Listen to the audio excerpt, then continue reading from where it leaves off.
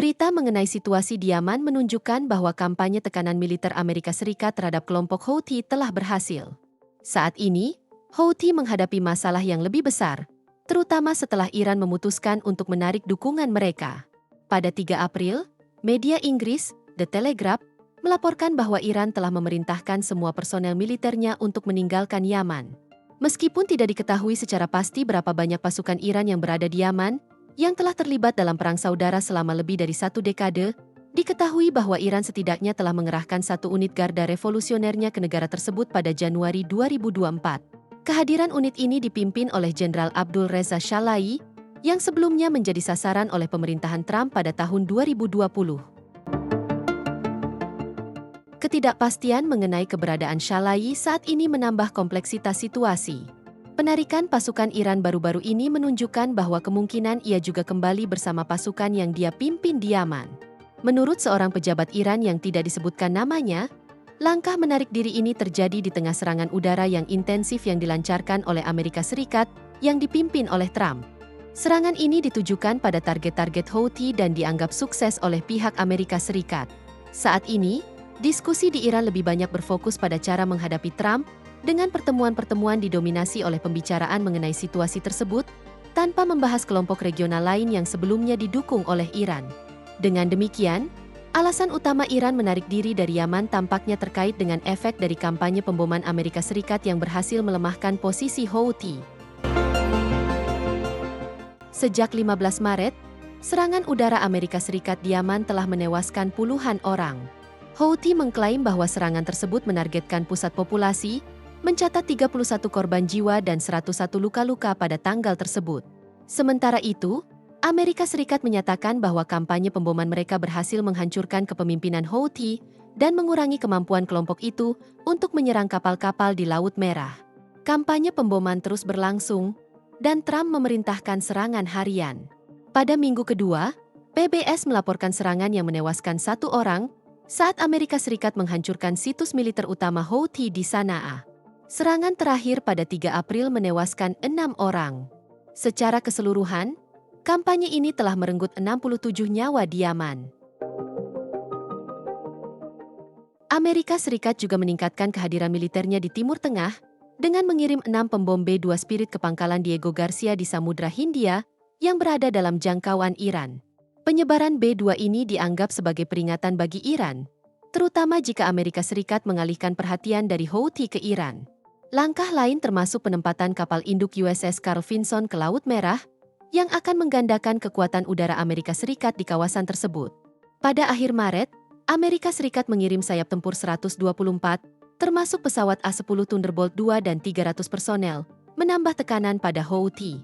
Houthi berusaha merespons dengan bantuan penasihat militer Rusia di Sanaa, meskipun Rusia memiliki motif tersendiri untuk mengalihkan fokus Houthi dari serangan terhadap Arab Saudi. Serangan Houthi terhadap Angkatan Laut Amerika Serikat semakin meningkat, tetapi mereka belum berhasil melakukan serangan signifikan dengan rudal atau drone. Keberhasilan kampanye pemboman Amerika Serikat menjelaskan mengapa Iran menarik dukungan dari Yaman. Iran tidak ingin terjebak dalam konfrontasi langsung dan menghindari risiko kehilangan personel militernya. Dengan tidak adanya pasukan Iran di Yaman, kemungkinan terjadinya konflik yang tidak disengaja antara Amerika Serikat dan Iran juga berkurang. Iran tampaknya memilih untuk menghindari konfrontasi langsung dalam situasi yang semakin rumit ini. Iran kini menghadapi kenyataan bahwa serangan udara Amerika Serikat di Yaman, di bawah kepemimpinan Trump, telah berhasil.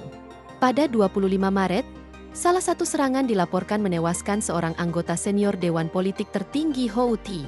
Al-Assad, yang dikenal sebagai propagandis utama Houthi di media sosial, hilang dari publik menjelang akhir Maret setelah terakhir kali mengunggah seruan kematian bagi Israel pada 20 Maret. Spekulasi muncul bahwa ia mungkin menjadi korban serangan udara Amerika Serikat atau bersembunyi. Situasi ini membuat Iran memutuskan untuk menarik dukungan dari Houthi. Seorang pejabat Iran yang berbicara kepada The Telegraph menyatakan bahwa Houthi tidak akan mampu bertahan menghadapi tekanan yang terus meningkat, sehingga tidak ada gunanya mempertahankan hubungan dengan mereka. Ia juga menyebutkan bahwa Houthi adalah bagian dari jaringan yang melibatkan Nasrallah, mantan pemimpin Hizbullah, dan Assad, mantan presiden Suriah. Dengan kondisi saat ini, mempertahankan hubungan dengan Houthi dianggap tidak masuk akal. Komentar pejabat Iran menunjukkan bahwa negara tersebut menggunakan Houthi dan Hizbullah untuk mempertahankan pengaruhnya di Timur Tengah. Namun, dengan rezim Assad yang melemah, Hizbullah yang terpuruk, dan Houthi yang diserang, Iran merasa lebih baik menarik dukungan daripada berinvestasi pada kelompok yang pasti kalah. Langkah Iran ini menunjukkan bahwa tekanan Amerika Serikat terhadapnya berhasil. Menurut Shaaman dari Chatham House, pendekatan Trump terhadap Houthi berbeda dari yang diambil Biden. Biden cenderung defensif, sementara Trump lebih agresif, ingin menunjukkan bahwa ia lebih efektif dalam menyelesaikan konflik. Serangan tersebut merupakan bagian dari kampanye tekanan maksimum yang didukung Trump, dengan pesan jelas untuk Iran dan kelompok perlawanan lainnya bahwa pemerintahannya akan lebih berani.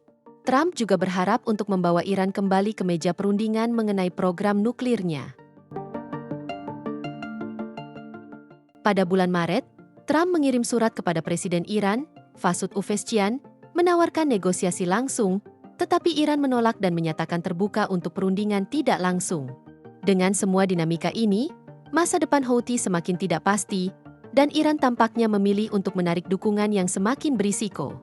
Trump mengirim pesan jelas kepada Iran bahwa mereka tidak dapat memiliki senjata nuklir, dan ini menjadi sangat relevan mengingat Iran semakin dekat untuk mengembangkan hulu ledak nuklir. Menurut Iran Watch, Iran kini mampu memperkaya uranium hingga 60%. Uranium-235 adalah isotop yang dibutuhkan untuk reaksi fisi dalam senjata nuklir. Kebanyakan senjata nuklir modern menggunakan uranium yang diperkaya hingga 90% U-235, namun uranium dengan 25% U-235 juga cukup untuk membuat hulu ledak. Ini berarti Iran sudah dalam perjalanan untuk memiliki cukup uranium yang diperkaya. Iran telah memasang lebih banyak sentrifuge untuk memperkaya uraniumnya. Misalnya, pada November 2020, Iran memasang 174 sentrifuge IR-2, diikuti dengan 174 sentrifuge IR-6 pada Februari 2021. Iran Watch mencatat bahwa jika Iran berhasil memasang 3.000 sentrifuge IR-2, mereka dapat membangun senjata nuklir dalam waktu 4 bulan. Dengan 3.000 sentrifuge IR-6, waktu tersebut bisa dipercepat menjadi 2,5 bulan. Ketika Iran menolak permintaan Trump untuk berunding, Trump menyatakan bahwa Amerika Serikat mungkin terpaksa mengebom Iran. Iran merespons dengan menyatakan bahwa mereka mungkin harus mempercepat ambisi nuklir mereka karena tekanan tersebut.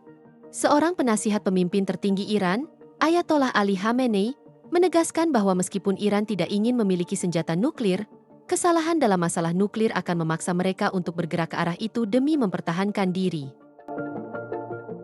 Axios melaporkan pada 2 April bahwa Trump kini mempertimbangkan pembicaraan tidak langsung dengan Iran mengenai program nuklir, namun ia akan terus menekan Iran melalui serangan udara terhadap Houthi.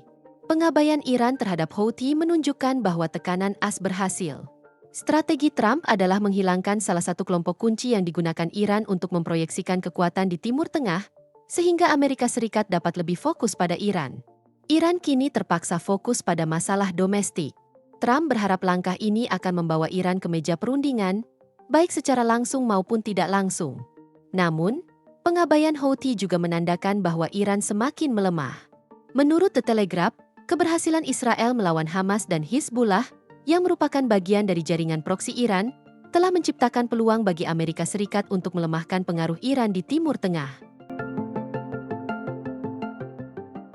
Media juga melaporkan bahwa serangan rudal Iran yang gagal terhadap Israel pada tahun 2024 menunjukkan kelemahan Iran.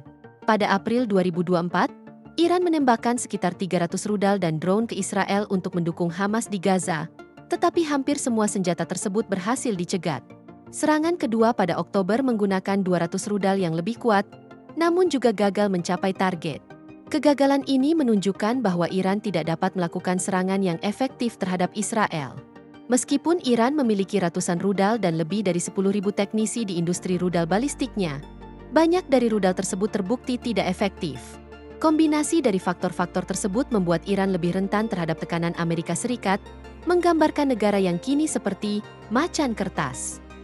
Jaringan proksi Iran di Timur Tengah hancur, dan tampaknya Iran tidak memiliki pilihan lain selain datang ke meja perundingan seperti yang diinginkan Trump. Militer Israel telah menghancurkan banyak infrastruktur Hamas dan memberikan kerugian besar pada Hizbullah di Lebanon. Iran juga gagal melindungi Bashar al-Assad, mantan Presiden Suriah, dari serangan pemberontak. Saat ini, Houthi adalah satu-satunya kelompok proksi yang tersisa, merefleksikan kelemahan nyata Iran. Semua ini mengarah pada penurunan posisi Iran sebagai salah satu kekuatan utama di Timur Tengah, dan kejatuhan ini berdampak signifikan pada Houthi, terutama dengan Iran yang menarik diri dari Yaman. Iran mungkin segera menghentikan pengiriman senjata ke Houthi. Sebelumnya, Iran mengirim berbagai senjata, termasuk rudal balistik Shahab 3 yang memiliki jangkauan hingga 1.242 mil dan rudal Burkan 3 yang menjangkau 745 mil. Selain itu, Iran juga menyediakan pesawat tak berawak untuk serangan Houthi di Laut Merah, yang mereka klaim sebagai dukungan untuk Hamas di Gaza. Sejak Oktober 2023, Houthi telah melancarkan sekitar 500 serangan di Laut Merah dan terhadap Israel, berdampak pada 12% lalu lintas laut dunia dan 40% pengiriman kontainer. Dukungan Iran memberi Houthi kekuatan yang dibutuhkan. Mahmud Sher, mantan diplomat Yaman, menyatakan bahwa setelah runtuhnya Hizbullah dan rezim Assad, Houthi kini berada di garis depan dan melakukan serangan yang semakin intensif. Mereka bahkan mengganti nama rudal dan drone dari Iran untuk menyembunyikan asalnya. Namun, pengabaian Iran berarti Houthi mungkin kehilangan dukungan, pelatihan, dan senjata. Tanpa bantuan tersebut, Houthi hanya dapat bertahan dalam serangan di Laut Merah dan menghadapi serangan udara Amerika Serikat untuk waktu yang terbatas sebelum akhirnya runtuh. Ini bisa membuka jalan bagi kembalinya mantan pemerintah Yaman ke kekuasaan. Pengabaian Iran juga menandakan berakhirnya penggunaan proksi untuk menciptakan kekacauan di Timur Tengah. Keputusan Trump untuk meningkatkan tekanan pada Houthi melalui serangan udara yang agresif telah mengubah dinamika konflik. Pada akhirnya muncul sebuah pertanyaan yang menarik. Apa arti keputusan Iran meninggalkan Houthi? Apa dampaknya bagi masa depan Timur Tengah dan hubungan Amerika Serikat dan Iran? Apakah Iran kehilangan posisinya sebagai kekuatan utama di kawasan ini? Berikan pendapat Anda di kolom komentar dan jangan lupa untuk like, subscribe dan aktifkan notifikasi untuk mendapatkan pembaruan dan analisis lebih lanjut. Terima kasih telah menonton dan sampai jumpa di video berikutnya.